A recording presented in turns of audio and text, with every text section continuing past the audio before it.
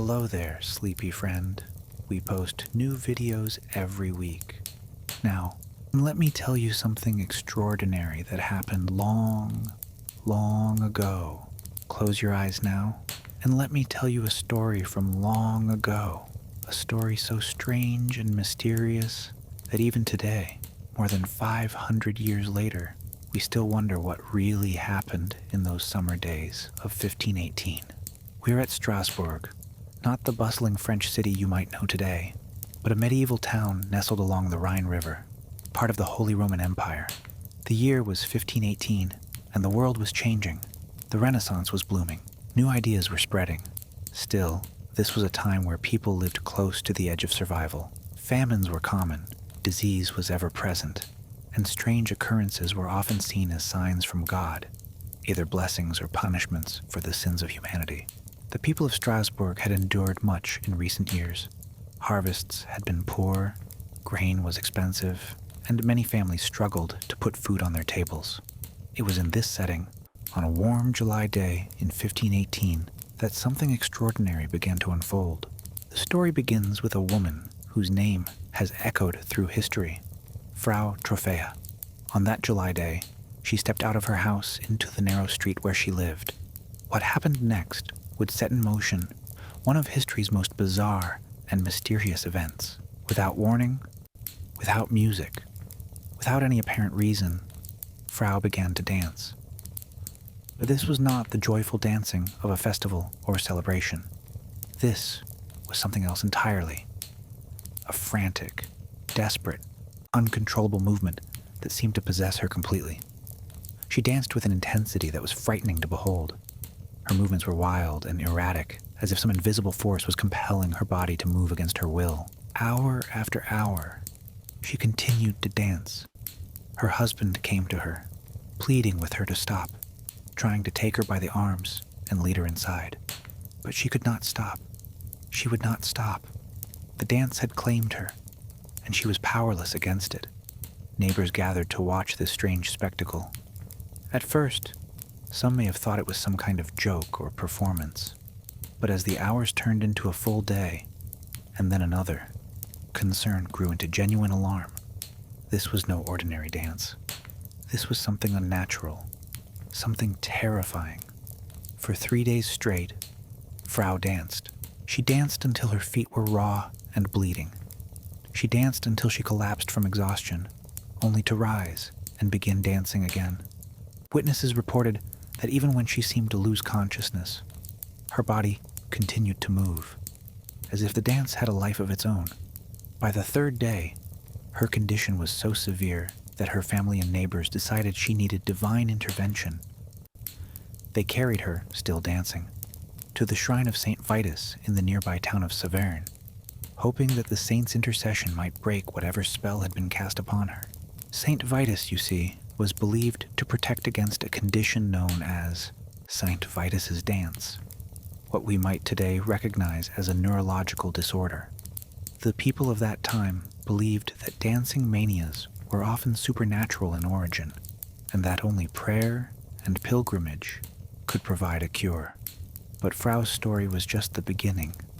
What happened next would transform this individual tragedy into a phenomenon that would grip an entire city. Within a week of Frau's first dance, something remarkable and terrifying occurred. Other people in Strasbourg began to dance as well. Not just one or two, but dozens.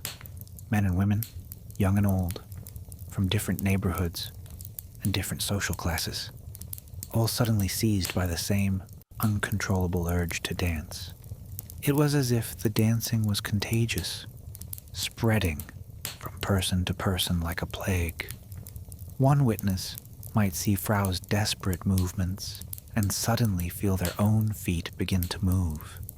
Another might simply be walking through the market square when the compulsion would strike them, forcing them into the same frantic, ceaseless dance. The chronicler of the time, Sebastian Brandt, an educated man who served as the city's clerk, documented what he saw. In his careful script, he wrote that a terrible disease had spread through the city, causing around 50 people to dance day and night in a manner that was painful to witness. Brandt was not given to flights of fancy. He was a practical man, a lawyer and administrator who dealt in facts. Yet even he could find no rational explanation for what he was witnessing. The dancers moved through the streets like a strange procession. Some danced alone, lost in their own private torment. Others moved in groups, their movements sometimes synchronized, sometimes completely chaotic. They danced in the squares, in the streets, even in the churches. No place was safe from the dancing plague. Families watched in horror as their loved ones were consumed by this strange malady. Parents saw their children taken by the dance. Husbands watched their wives succumb. The dancers themselves seemed to be aware of their condition, but powerless to stop it. Some cried out in distress as they danced, begging for help, for release, for an end to their torment. As the days passed, more and more people joined the dancing throng. By some accounts, the number reached into the hundreds. The exact figure is disputed by historians. Some say it was closer to 50. Others claim it was as many as 400. What is certain is that enough people were affected to cause genuine panic throughout the city. The dancers showed signs of extreme physical distress. They danced until their feet bled through their shoes. They danced until they could barely stand. Some collapsed from exhaustion, their hearts unable to sustain the constant exertion. Yet even when they fell, many would soon rise again, compelled once more to dance. Sleep became impossible for many of the afflicted. They would dance through the night, their movements casting eerie shadows in the flickering candlelight. Some tried to tie themselves to their beds, or have family members restrain them, but the compulsion was too strong. The dance would claim them again and again. As the number of dancers grew, and the situation became increasingly desperate, the city authorities knew they had to act. This was no longer an isolated incident involving one disturbed woman. This was a crisis that threatened the stability and well-being of the entire community. The city council convened emergency meetings to discuss the situation. These were educated men, influenced by the new humanist learning of the Renaissance. Yet they found themselves confronting something that defied rational explanation. They consulted the best medical knowledge of their time, seeking answers in the teachings of ancient authorities, like Galen and Hippocrates. The physicians who examined the dancers concluded that they were suffering from a form of fever, what they called hot blood, that had risen to the brain, causing a kind of madness. According to the medical understanding of the era, this was a natural phenomenon, albeit an extreme one. The human body was believed to be governed by 4 humors: blood, phlegm, yellow bile, and black bile. When these humors became imbalanced, illness would result.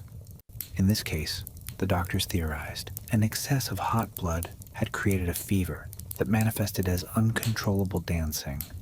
The prescribed treatment was to dance out the fever, to allow the patients to continue dancing until their blood cooled and the excess heat was expelled from their bodies.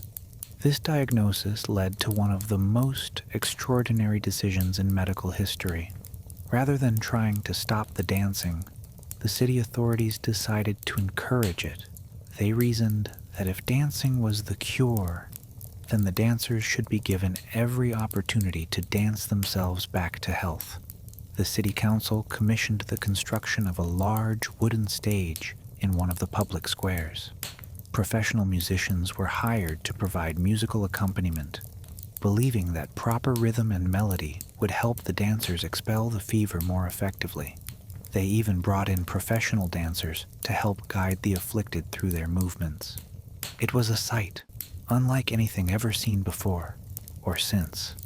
In the heart of medieval Strasbourg, hundreds of people danced on a public stage, accompanied by hired musicians, while city officials watched and waited for the fever to break. The cost to the city was enormous, but the authorities felt they had no choice. This was a public health emergency of unprecedented proportions. But the city's well-intentioned intervention may have made the situation worse rather than better. Instead of providing relief, the music and the organized dancing seemed to intensify the mania. The dancers became even more frenzied, their movements more violent and uncontrolled. Contemporary accounts describe scenes that must have been both mesmerizing and horrifying. The dancers moved with supernatural energy, their faces twisted in expressions of ecstasy and agony. Some laughed maniacally as they danced. Others wept. Still others seemed to be in a trance-like state, their eyes vacant, their movements mechanical. The physical toll became increasingly severe. The constant dancing was destroying the dancers' bodies. Their feet, already raw and bleeding, became infected. Joints swelled and muscles cramped. The relentless physical exertion pushed many to the very limits of human endurance. And then, people began to die. The exact number of deaths remains a subject of historical debate. Some accounts suggest that dozens of dancers died from exhaustion, heart failure, or stroke. Others claim that the death toll was lower, perhaps a handful of particularly frail individuals who could not withstand the physical demands of continuous dancing. But whatever the precise number, it was clear that the dancing plague had become truly deadly. The sight of dancers collapsing and dying on the stage must have been terrifying for the citizens of Strasbourg. This was supposed to be a cure, a way to help their loved ones recover from their affliction. Instead, they were watching people dance themselves to death.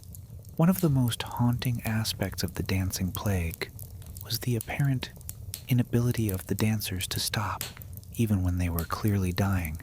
Witnesses reported seeing dancers continue to move their limbs weakly, even as they lay collapsed on the ground, as if the compulsion was stronger than their fading life force. The dancing became a macabre spectacle that attracted visitors from surrounding towns and villages. People came from miles away to witness the extraordinary sight of hundreds of people dancing themselves to death in the public square of Strasbourg. Some came out of curiosity, others hoping to understand what was happening, still others believing they might witness a miracle or a sign from God. The city that had once been known for its prosperity and learning was now famous throughout the region for this bizarre and tragic phenomenon. Strasbourg had become synonymous with the dancing plague, a reputation that would follow it for centuries to come. As the death toll mounted and the city's medical interventions proved ineffective, the authorities turned to the church. In an age when the boundary between natural and supernatural causes was fluid, many believed that the dancing plague might be a divine punishment or a manifestation of demonic influence. The church had its own explanations for such phenomena. Some clergy suggested that the dancers were being punished for their sins, perhaps for engaging in forbidden dances at pagan festivals, or for other moral transgressions. Others believed that the dancers were possessed by demons and needed exorcism. But there was another, religious interpretation that would prove more significant. The dancing plague was increasingly associated with Saint Vitus, a Christian martyr who had become the patron saint of dancers and was believed to have the power to both cause and cure dancing manias. According to medieval Christian belief, Saint Vitus could inflict a dancing curse on those who displeased him, but he could also provide deliverance to those who properly honored him. This dual nature made him a complex figure in the religious mindset of the time. He was both feared and revered. So the church organized special prayers and processions to appeal to Saint Vitus for intercession. Priests blessed the dancers and sprinkled them with holy water. Relics associated with the saint were brought from distant monasteries and displayed in the city's churches. Most significantly, the church recommended that the dancers be taken on pilgrimage to shrines dedicated to Saint Vitus. The nearest and most important of these was located in Saverne, about 20 miles south of Strasbourg. This was the same shrine where Frau had been taken at the beginning of the outbreak. The pilgrimage to Saverne became the turning point in the dancing plague. Groups of dancers, accompanied by their families and city officials, made the journey to the saint's shrine.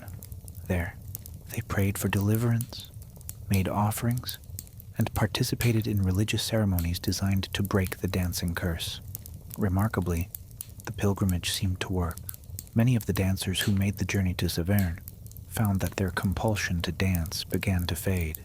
Some stopped dancing immediately upon entering the shrine. Others experienced a gradual reduction in the intensity of their movements until they were finally able to rest. The pilgrimage provided something that the medical and civic interventions had not: a culturally acceptable explanation for both the cause and the cure of the dancing plague. In the context of medieval religious belief, it made perfect sense that Saint Vitus would first inflict and then remove the dancing curse in response to proper devotional practices. By late August or early September of 1518, the dancing plague had run its course. The last of the dancers had either recovered, died, or been taken to religious shrines where they found relief from their compulsion. The wooden stage was dismantled, the hired musicians were dismissed, and life in Strasbourg began to return to something approaching normalcy. The end of the dancing plague was as mysterious as its beginning. There was no dramatic moment of universal recovery, no single event that broke the spell for all the dancers simultaneously. Instead, the phenomenon seemed to fade gradually, like a fire slowly dying out for lack of fuel. Those who survived the experience were often permanently changed by it. Some suffered lasting physical effects from the weeks of continuous dancing: damaged joints, weakened hearts, scarred feet. Others carried psychological scars, haunted by memories of their loss of control and the terrifying compulsion that had driven them to dance against their will. For the city of Strasbourg, the dancing plague left deep marks on the collective memory. The event was recorded in official chronicles, discussed in theological treatises, and remembered in oral traditions that would be passed down through generations. It became a defining moment in the city's history, a reminder of how quickly the normal order of life could be overturned by forces beyond human understanding or control. The economic cost to the city was substantial. The authorities had spent considerable sums on the construction of the dancing stage, the hiring of musicians, and the provision of care for the dancers. The disruption to normal commercial and civic life had also imposed indirect costs that took months to recover from. Perhaps more importantly, the dancing plague had challenged the fundamental assumptions that governed medieval life. It had shown that neither medical knowledge nor religious faith provided complete protection against inexplicable phenomena. It had demonstrated that even a prosperous, well-governed city like Strasbourg could be overwhelmed by forces that defied rational explanation. The dancing plague of 1518 was not entirely without precedent. Historical records show that similar outbreaks of dancing mania had occurred in various parts of Europe during the preceding centuries. None were as well documented or as extensive as the Strasbourg event. The first major recorded outbreak occurred in 1374 in Aachen, in what is now Germany. From there, the dancing mania spread along the Rhine Valley, affecting communities in Cologne, Metz, and other cities. Contemporary chroniclers described scenes remarkably similar to those that would occur in Strasbourg more than a century later. Groups of people dancing uncontrollably, often until they collapsed from exhaustion. Interestingly, most of these earlier outbreaks had occurred in the same general region as Strasbourg, along the western edge of the Holy Roman Empire. This geographical pattern suggests that there might have been specific cultural, economic, or environmental factors in this region that made it particularly susceptible to dancing manias. The Rhine Valley was a major trade route, which meant that it was exposed to new ideas, diseases, and cultural influences from across Europe. It was also a region that experienced frequent political upheaval, as different rulers competed for control of its prosperous cities and fertile farmlands. The combination of cultural mixing and political instability might have created conditions conducive to mass psychological phenomena like dancing plagues. The fact that these outbreaks were usually associated with Saint Vitus suggests that there was a specific religious and cultural framework that shaped how people understood and responded to uncontrolled dancing. Saint Vitus was particularly venerated in this region, and his cult provided a ready explanation for dancing manias that made sense within the prevailing worldview. The 1518 outbreak in Strasbourg was significant not just for its scale, but also for the quality of documentation it produced. Earlier, dancing plagues had been recorded primarily by monastic chroniclers, who were often more interested in the moral and theological implications of the events than in their precise details. The Strasbourg outbreak, by contrast, was documented by secular authorities like Sebastian Brandt, who approached the phenomenon with a more analytical mindset. This difference in documentation reflects broader changes that were occurring in European intellectual life. During the early 16th century, the Renaissance had brought new approaches to observing and recording natural phenomena. The printing press had made it possible to disseminate detailed accounts more widely. The result was a much richer historical record that allows modern scholars to analyze the dancing plague with greater precision. The dancing plague also influenced medical and scientific thinking about mass hysteria and psychological contagion. Early modern physicians and natural philosophers studied accounts of the Strasbourg outbreak as they tried to develop better understanding of how mental and emotional states could spread from person to person. The plague contributed to growing interest in what we now call psychosomatic medicine, the study of how psychological factors can produce physical symptoms. The dancing plague provided a vivid example of how mental distress could manifest in dramatic, physical behaviors that seemed to defy rational explanation. The outbreak also influenced popular culture in ways that persisted for centuries. Folk tales and legends about dancing curses became common throughout the Rhine Valley region.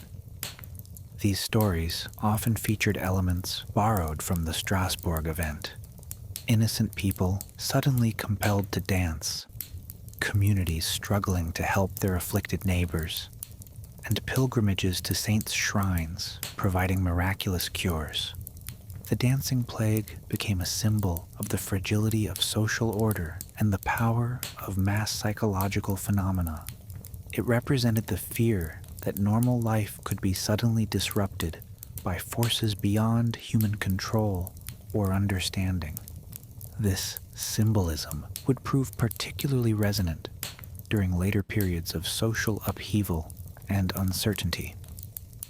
Questions remained about what had caused this extraordinary outbreak. The physicians of the time offered their theory of overheated blood, but this explanation satisfied few who had witnessed the phenomenon firsthand.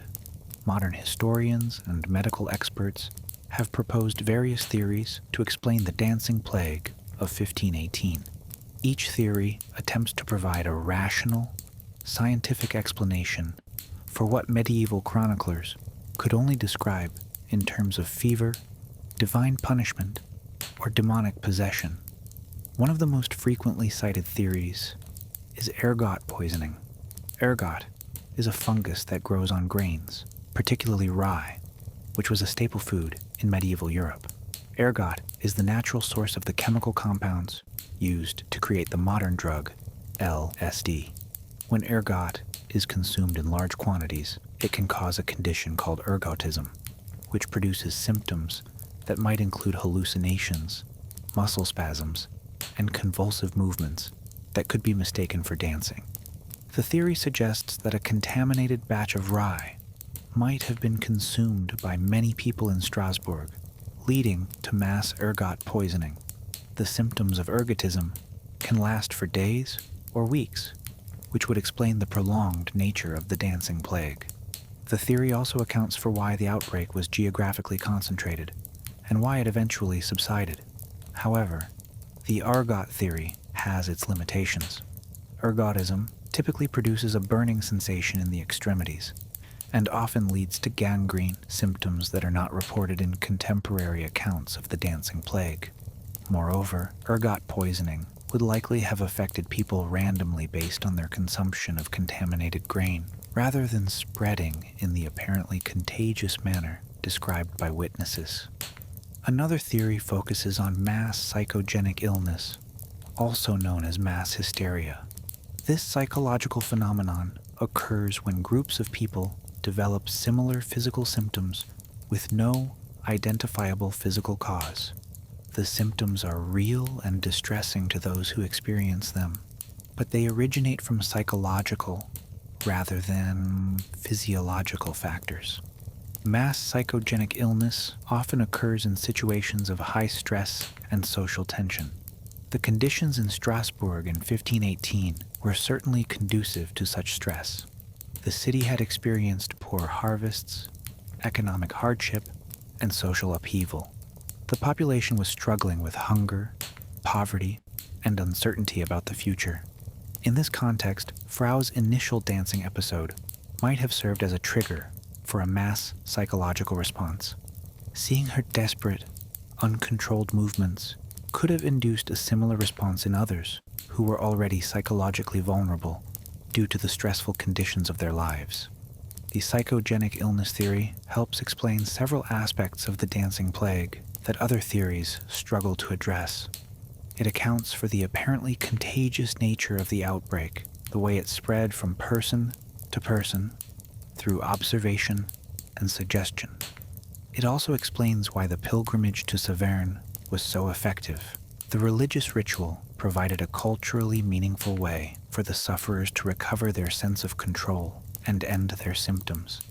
Another theory suggests that the dancing plague was a form of social protest, a way for the oppressed population of Strasbourg to express their frustration and desperation in a manner that was both dramatic and relatively safe from official retaliation.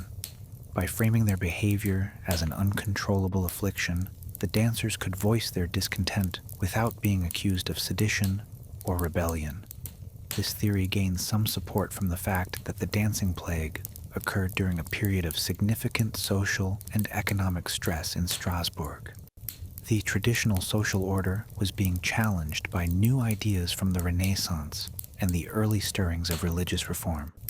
The common people were bearing the burden of economic hardship, while seeing the wealthy and powerful maintain their privileged positions. I personally believe that the psychogenic illness theory carries the most credibility. To reiterate, psychogenic illness involves the rapid spread of physical symptoms through a group of people when no infectious agent or toxin can be identified. The symptoms are genuine and distressing to those who experience them, but their origin is psychological rather than physiological. Mass psychogenic illness typically occurs in situations where people are under significant stress and where there are strong social bonds that facilitate the transmission of symptoms from person to person. Both of these conditions were clearly present in Strasbourg in 1518. The population was dealing with economic hardship and social upheaval, and the close-knit nature of medieval urban communities provided ample opportunity for psychological contagion. The role of suggestion and imitation in mass psychogenic illness helps explain how the dancing plague spread so rapidly through Strasbourg. Once Frau began her compulsive dancing, others who observed her behavior might have unconsciously begun to mimic her movements. In a state of heightened psychological vulnerability, this mimicry could have developed into a genuine compulsion that the individuals experienced as completely involuntary. Modern research has identified several factors that make mass psychogenic illness more likely to occur. These include social isolation, lack of information about what is happening, presence of unusual smells or environmental conditions, and the involvement of authority figures who inadvertently reinforce the symptoms. Several of these factors were present during the Strasbourg outbreak. The decision by city authorities to encourage the dancing rather than trying to stop it may have been particularly significant in perpetuating the outbreak. By constructing a stage and hiring musicians, the officials inadvertently created a social environment that legitimized and reinforced the dancing behavior. Instead of treating it as an abnormal condition to be suppressed, they treated it as a natural phenomenon that should be allowed to run its course. Neurological research has also shed light on how psychological stress can produce physical symptoms, like those seen in the dancing plague. Chronic stress and anxiety can affect the nervous system in ways that produce involuntary movements, muscle spasms, and other motor symptoms. These neurological effects are genuine and can be extremely difficult for the affected individuals to control through willpower alone. The connection between stress and involuntary movement helps explain why the dancing plague occurred during a period of social and economic hardship. In Strasbourg, the population was dealing with multiple stressors, food shortages, economic uncertainty, and social change that could have made them particularly vulnerable to developing stress-related physical symptoms. The dancing plague offers valuable lessons for our modern world, where mass psychological phenomena continue to occur despite our advanced scientific understanding. Social media and global communications have created new pathways for the rapid spread of behaviors, beliefs, and symptoms across large populations. Recent examples of mass psychogenic illness include outbreaks of unexplained symptoms in schools, workplaces, and communities around the world. These modern cases often follow patterns remarkably similar to those seen in Strasbourg 5 centuries ago. They begin with one or a few affected individuals, spread rapidly through social networks, and often resist conventional medical treatment until the underlying psychological factors are addressed. The dancing plague also highlights the importance of addressing underlying social and economic stresses that make populations vulnerable to mass psychological phenomena. The people of Strasbourg were dealing with genuine hardships, hunger, poverty, and uncertainty about the future that created the conditions in which the dancing plague could flourish. Today, communities facing similar stresses, whether from economic dislocation, social change, or environmental threats, may be similarly vulnerable to mass behavioral phenomena. Understanding these underlying vulnerabilities is crucial for preventing and responding to such outbreaks. Despite centuries of analysis and investigation, the dancing plague of 1518 retains much of its mystery. We can propose theories about what caused it, and we can analyze the social and cultural factors that shaped how people responded to it. But we cannot know with certainty exactly what happened in those streets of Strasbourg during that strange summer of 1518. Perhaps this enduring mystery is part of what makes the dancing plague so compelling. It reminds us that even in our age of scientific explanation and technological mastery, there are still aspects of human behavior and experience that elude complete understanding. It suggests that beneath the surface of our rational, ordered lives, there remain forces, psychological, social, and perhaps spiritual, that can sometimes overwhelm our conscious control. The story of the dancing plague also speaks to the fundamental human need to make sense of inexplicable events. The people of Strasbourg tried to understand what was happening to them using the best knowledge and frameworks available in their time. They consulted physicians, they sought religious guidance, and they implemented what seemed like reasonable solutions based on their understanding of the world. Today, we do the same thing, using our own scientific and cultural frameworks to try to make sense of the dancing plague. Our explanations are probably better informed than those of 16th century observers, but they remain incomplete. Like the people of Strasbourg, we are trying to understand a phenomenon that challenges our assumptions about how the world works.